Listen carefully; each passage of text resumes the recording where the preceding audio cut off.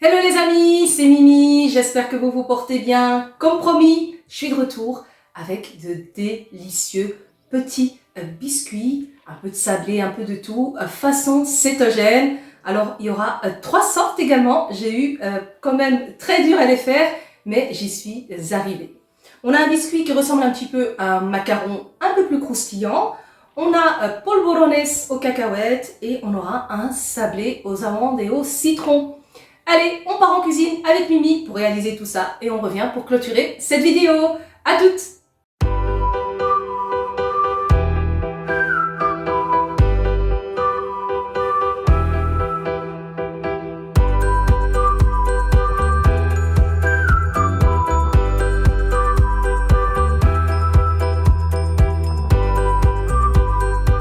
Recette suivante, on va faire ici des biscuits façon macaron. On a du sucre, toujours de l'érythritol, du blanc d'œuf, donc 90 g de blanc d'œuf, et on a aussi des amandes. Alors on va garder les amandes avec la peau, ça va apporter une jolie couleur au macaron. Première chose qu'on va faire, on va utiliser la moitié du sucre et on va mixer avec toutes les amandes. Je vais rendre ces amandes en poudre. Pour ça, je vais encore une fois utiliser mon moulin à café. Vous pouvez utiliser n'importe quel mixeur que vous avez qui puisse mixer finement. Et je reviens vers vous pour la suite de la recette. Voici le résultat final. Il me reste encore la moitié du sucre et j'ai obtenu une très belle poudre toute fine. Donc il y a les amandes avec la peau, vous voyez, ça donne une jolie couleur et mélangé au sucre. Voilà, ça c'est fait. Maintenant, on va simplement monter les blancs en neige en ajoutant à chaque fois un petit peu le sucre. On se retrouve tout de suite pour les blancs en neige.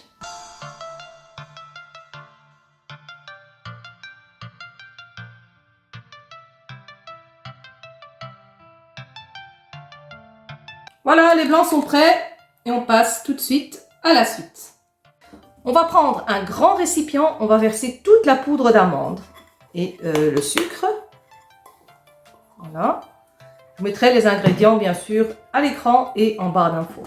Et là, on va apporter maintenant une cuillère à soupe de blanc et on va incorporer les blancs aux poudres. C'est simple. On va travailler bien tout ça un petit peu délicatement jusqu'à épuisement des blancs. Allez, on se retrouve tout de suite. Alors ici, la pâte à biscuit façon macaron est prête. On a une jolie texture. Ce qu'on va faire, on va la mettre dans une poche à douille. Et on se retrouve tout de suite pour le pochage. J'ai une plaque ici anti-adhésive, donc je ne vais pas mettre de papier. Vous pouvez à la maison mettre un papier si votre plateau a tendance à coller. J'ai tout mis dans la poche à douille et on va maintenant juste pocher nos biscuits.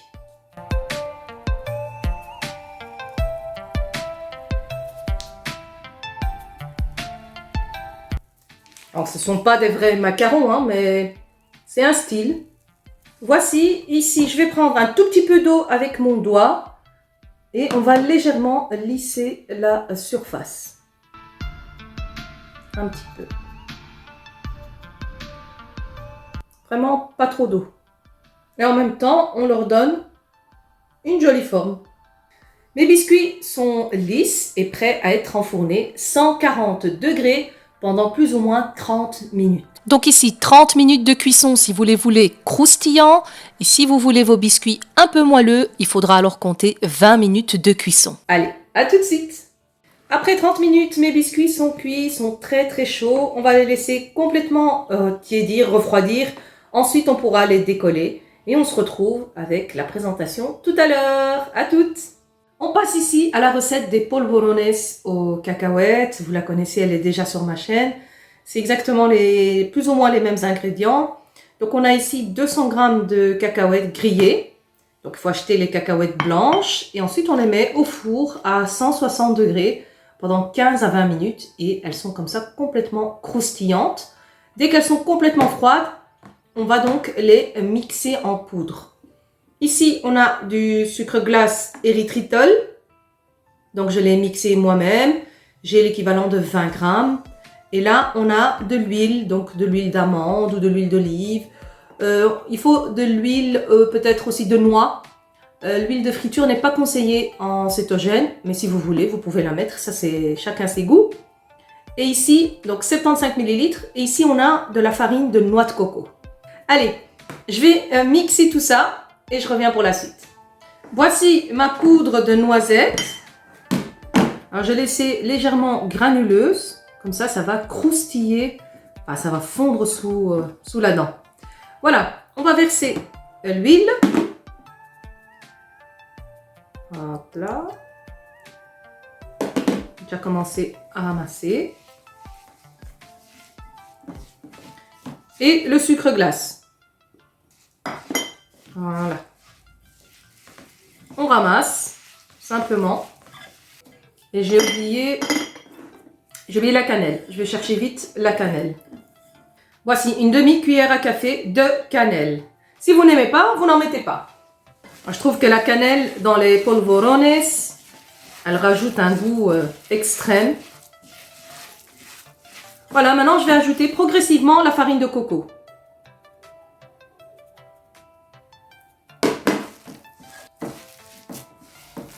Voilà, moi ça m'a l'air bien.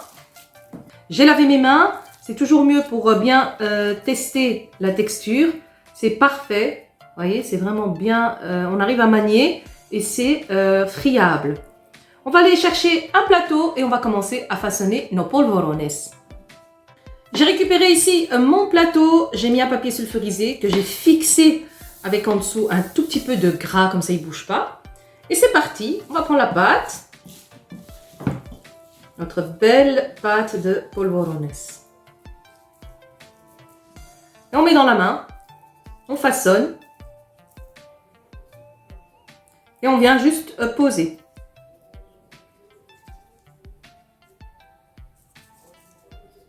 Voilà. Et on continue comme ça avec toute la pâte. Je vais les faire un peu plus petits.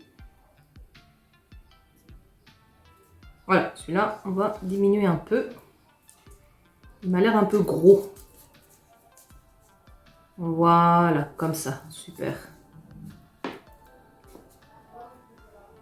Je continue à façonner le reste de la pâte. Et on se retrouve pour la cuisson.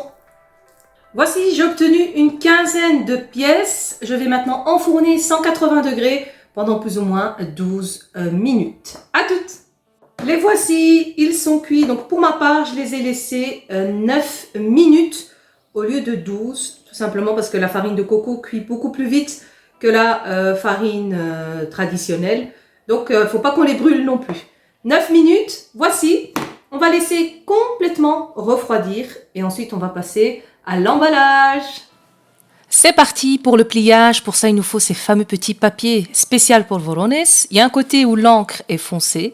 Celui-ci, on le dépose vers le bas. Je prends mon papier. Je prends mon biscuit. Vous voyez, il a une belle coloration et je le pose au milieu. Jusque-là, c'est très simple. Je rabaisse le côté qui est tout en haut. Ensuite, je rabaisse le côté qui est à l'opposé dessus.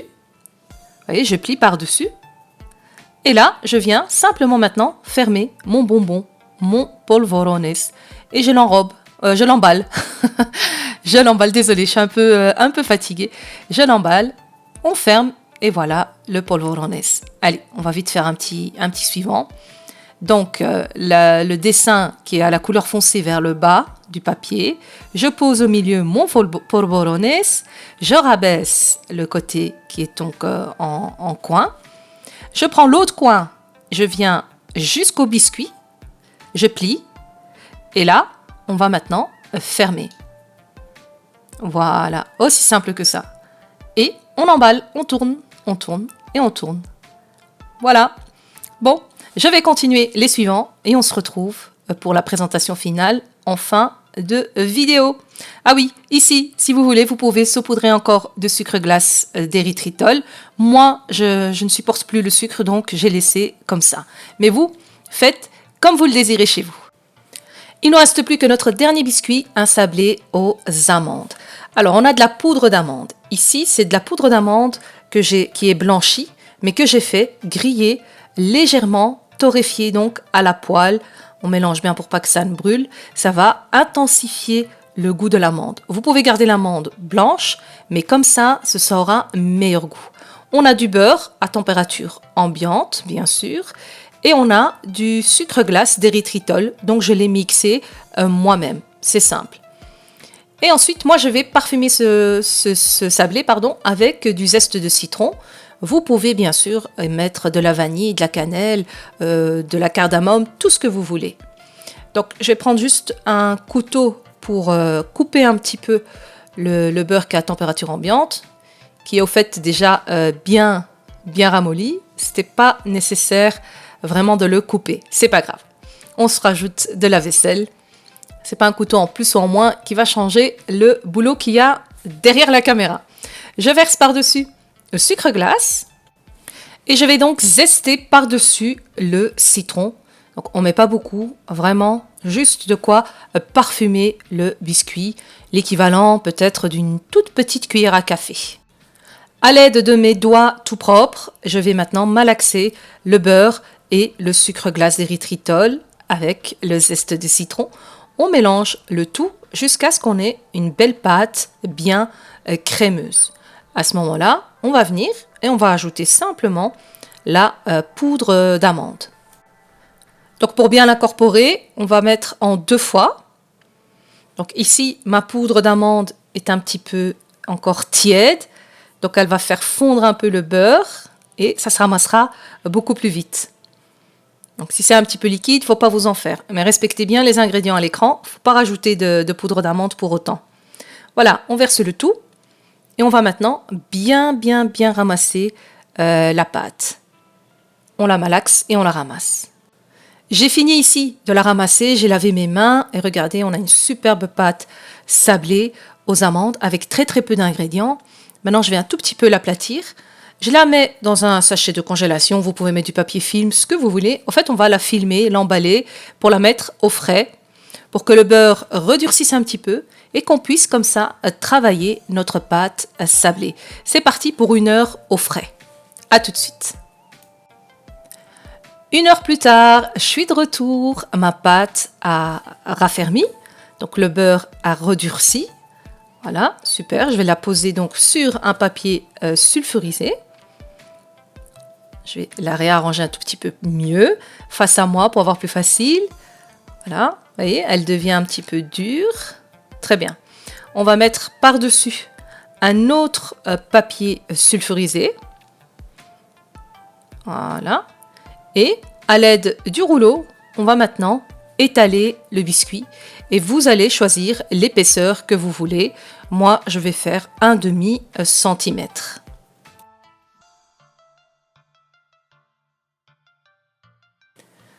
Voilà, parfait. J'ai la belle épaisseur. Je vais chercher maintenant juste mon emporte-pièce. J'ai opté, moi, pour un petit emporte-pièce carré qui fait 2 cm sur 2 cm. Et c'est simple, on emporte-pièce nos biscuits. Donc, l'idéal, c'est d'espacer un petit peu les biscuits entre eux. On peut, si on veut, déplacer les biscuits, mais si vous avez peur de les casser, alors vous les espacez bien. À ce moment-là, à l'aide d'une petite spatule, vous enlevez l'excédent de la pâte qu'il y a entre. Je continue à emporte-piécer la pâte et je vais vous montrer. Donc moi, je vais enlever l'excédent juste avec une petite spatule. J'ai utilisé donc cette petite spatule. Vous pouvez sans aucun souci utiliser par exemple le couteau à beurre ou même déplacer le sablé. Mais c'est à vos risques et périls, c'est une pâte très fragile. Avec le restant de la pâte, on va la refaçonner, étaler à nouveau entre 2 feuilles de papier et on continue jusqu'à ce qu'on n'ait plus de pâte. Si la pâte ne se ramasse plus, vous la remettez au frais et vous pourrez à nouveau la retravailler. On va enfourner nos biscuits 180 degrés pendant plus ou moins 8 à 10 minutes. Donc pour ma part, la première fournée 10 minutes et la deuxième fournée 8 minutes parce que le four était très chaud. On ne touche pas les biscuits, on les laisse complètement refroidir pour qu'ils puissent être légèrement fondants et légèrement croustillants. A tout de suite pour la présentation finale. J'espère que ces idées de recettes de biscuits façon cétogène, qui sont bien sûr toujours adaptées aux personnes diabétiques ainsi qu'aux intolérants au gluten, vous avez donc quand même pas mal de choix. Il y a encore plein d'autres sortes de biscuits. Moi, je me suis arrêtée à ceux-ci. Donc, celui qui ressemble au macaron, Il est quand même un peu croquant. C'est très très bon, surtout avec un thé à la menthe. Soit vous mettez du sucre érythritol dans votre thé. Moi, personnellement, je bois mon thé sans sucre. Et même mes biscuits, je diminue la dose du sucre parce que je me suis vraiment habituée à manger sans sucre, que même les biscuits sucrés avec du faux sucre me dérangent. Voilà, on a ici le polvorones aux cacahuètes, une tuerie, franchement, ça fond en bouche, c'est extrême. Et on a un sablé qui est légèrement croquant, parfumé au citron. Vous pouvez bien sûr changer les arômes et toujours faire à votre guise et en fonction de vos préférences. Sur ce, je vous laisse. Je vous souhaite d'ores et déjà une bonne fête de l'Aïd, Inch'Allah, en famille, unie, avec vos proches autour d'un repas, quel qu'il soit. Tout est un bon prétexte, une bonne excuse pour se rassembler. Que la paix soit sur vous, prenez soin de vous et à très très bientôt pour de nouvelles vidéos et de nouvelles aventures avec moi. Ciao!